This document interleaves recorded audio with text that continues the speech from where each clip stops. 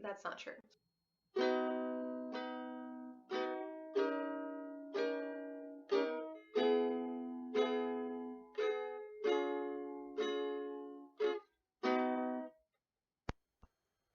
Hi guys, it's Julia and welcome to my channel, Shakespeare and Such. Sorry in advance, I feel like I am crazy right now. I just got home from my second graders and I'm like kind of bugging out, and it's like a rainy, gloomy day outside, and I'm just like, I'm trying to be cozy and chill. But I realized I didn't film anything regarding my September wrap up or my October TBR, and those things are happening right now. It's the last day in September. So I will probably be editing this tonight and maybe posting it tomorrow. We'll see what happens there. But yeah, let's talk about the books that I read in September. I only completed 3 books in the month of September, which, you know what, with the beginning of the school year and just general craziness, I'm gonna let it slide, even though that's not that's not that great. I would be more upset with finishing only 3 books in a month, but I'm way ahead for my Goodreads goal. I only have 5 more books to read this year, so I'm not really too stressed out about it. First, I will talk about the 2 audiobooks that I listened to this month. So I do have a physical copy of this one, but I listened to it as an audiobook, and that is Vivian Apple Needs a Miracle. This is only the 3rd video I'm filming, and I feel like I'm only talking about the same books, but look, Vivian Apple needs more love because no one really talks about this series. I think I've only ever heard one other booktuber mention it, and I can't even remember who off the top of my head. So this is the sequel to Vivian Apple at the End of the World, and it is basically hard to talk about without giving spoilers, but I talk about the first book in my Read Them All-a-thon wrap-up, so you can watch that if you're interested. Shortest synopsis possible. There's this crazy cult-like religion taking over America. Vivian's parents go missing in the rapture, and she goes on a huge trip to find out what has happened to them. She wants to get to the truth. And yeah, it's only a duology, so it was just the 2 books, and it was so good. I loved it just as much as the first. Got a couple little tabs in here of some of my favorite parts. But yeah, really good stuff. And I gave it 5 out of 5 stars. If that wasn't implied, I really love that series. The other audiobook that I finished in the month of September was Call the Midwife by Jenny Worth, and this is a basically collection of memoirs of living in England in the 1950s and her work as a midwife, living in a nunnery, and I didn't go into this really knowing what to expect. I know that there is, I think it's a PBS show based on her book, and there's actually 3 of them that she wrote, so it probably spans all of them, but I had never seen it, and I just kind of figured it sounded interesting. I like history. I'm interested in mothers. Is that a weird thing to say? And yeah, I really liked it. I gave it 4 out of 5 stars. I thought it was equal parts, like it was charming and funny, but also like poignant and just really interesting. And I feel like I know a lot about the nurture part of mothering. I don't know much about the nature, so I feel like I learned so much about childbirth in general. Again, this might sound really weird, but I thought it was really interesting. So I really enjoyed that one. And then the final book that I read in the month of September, again, I have nothing to hold up for you because it was a library book that I had returned. I read Rose in Bloom by Louisa May Alcott, who you may know as the author of Little Women, and it was really cute. I gave this also 4 out of 5 stars. I have already posted a review for it on Goodreads, so that's in the links below. It was just really cute. Again, this is a sequel, so I can't say too much, but it is the sequel to 8 Cousins, which is about this girl, Rose, who becomes an orphan, and so she goes to live with her extended family, which is her 8 boy cousins and their parents and their 2 great aunts, and it's just like a lot of family running around, really fun and cute and old-timey. And then the sequel takes place almost like a decade later, and she's a young woman, and just kind of trying to make her mark in the world, and it's a really cute story. I liked the sequel actually more than the first. I gave 8 Cousins, I think, 3 stars. So definitely loved all the books that I read this month, even though I didn't read that many. So I think it works out. Okay, now let's get to my October TBR.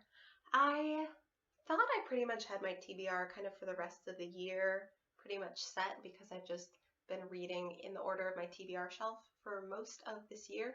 But I don't know, people really suckered me into things lately on BookTube. So the first thing that I wanted to mention is that Katie from Kate's Book Date announced, along with some co-hosts, I will link them all in the description below because I don't remember everyone right now, but they will be hosting a readathon for the Mara Dyer trilogy. I happen to already own the first book. There's a bookmark in it, but I haven't started. The Unbecoming of Mara Dyer. Sorry, it's so dark in here. Like I said, it is terrible weather outside. I've known of this series for such a long time now. I bought this actually at my library's used book sale like this summer and haven't gotten around to it, so I figured this is the perfect time. I'll probably only read the first book and hold off on the rest of the trilogy for now, but I am actually really excited to read this. So there's number 1. Another readathon that I could not resist was Zoe from Read by Zoe's Ostentatious Book Club, in which they are reading one Jane Austen book every month. I have been not doing so hot on this so far. Their August and September books were Pride and Prejudice and Persuasion. I had already read Persuasion in August, so my plan was to read Pride and Prejudice in September and just flip-flop them. That didn't happen. I'm going to pause on Pride and Prejudice because I know it, I'm familiar with it, it's not going anywhere, it's fine, and I'm just going to move on to the October read and try to slide that back in when I have the chance. And the October pick is Northanger Abbey by Jane Austen, of course. It's not exactly like a spooky read, but there are gothic elements to it because our main character, Catherine, is a voracious reader, so we have that kind of woven in as far as I know. I haven't read this, but I have seen, what adaptation was it? I can't remember who made it, but it's the one starring Felicity Jones as Catherine Morland, which was a delight. I remember having a lot of fun watching it. So I'm looking forward to this, and it's also much shorter than Pride and Prejudice. So, whew, okay. I'm not a very big seasonal reader, so those are my only 2 kind of October-ish books, and they're hardly at that. But I have received a couple of e-arcs on NetGalley that I am so excited about. Like, I can't even contain my excitement. Okay, so the first book I'm already 2/3 of the way through, so I don't know if that's cheating, but I'm going to finish it in October, so that's what counts. And oh my gosh, okay. It is called The Undesirables by Chad Thuman. It's about a 17-year-old American girl named Karen who lives in Russia with her father in Leningrad because her father's a musician and he's working with this famous composer, blah, blah, blah. But the Germans, this is World War II, the Germans have taken over Leningrad and are pretty much like the city has nothing. They're being starved out, they don't have any power, things are really bad. And then there are different points of view, so we get what's going on with Karen's life. We see her boyfriend back in America, Bobby, who joins the military thinking he can help with her situation, knowing she's in Russia. And then we also see Peter, who is a Russian soldier, and how his story intertwines with theirs as well. And it's so good right now. And basically when I hit the 1/3 mark, I started losing my mind, and I have read so much of this book within the last 2 days. Like, if I hadn't had work, it would probably be done. And the second arc that I'm going to be reading that I'm also so excited about is Speed of Life by J.M. Kelly. And it actually comes out sooner. It comes out on October 11th. And I was so interested the moment I heard about this, and then I saw it on NetGalley and I like lost my mind. I'm so happy they let me have a copy for review. Basically, the story is about twin sisters. I believe they're in their senior year of high school, and one of them gets pregnant and she has this new responsibility. She has a baby. I don't know exactly the situation, but I think the plot is that the other sister has kind of promised to help her look after this baby, but then she gets an opportunity, I think, to go to something like a mechanic school or something regarding cars. So there's like a career opportunity for her, and she doesn't know if she should sort of keep her promise to her sister or go after that ambition, and she's like torn in this situation. And I am just so ready to eat up this story.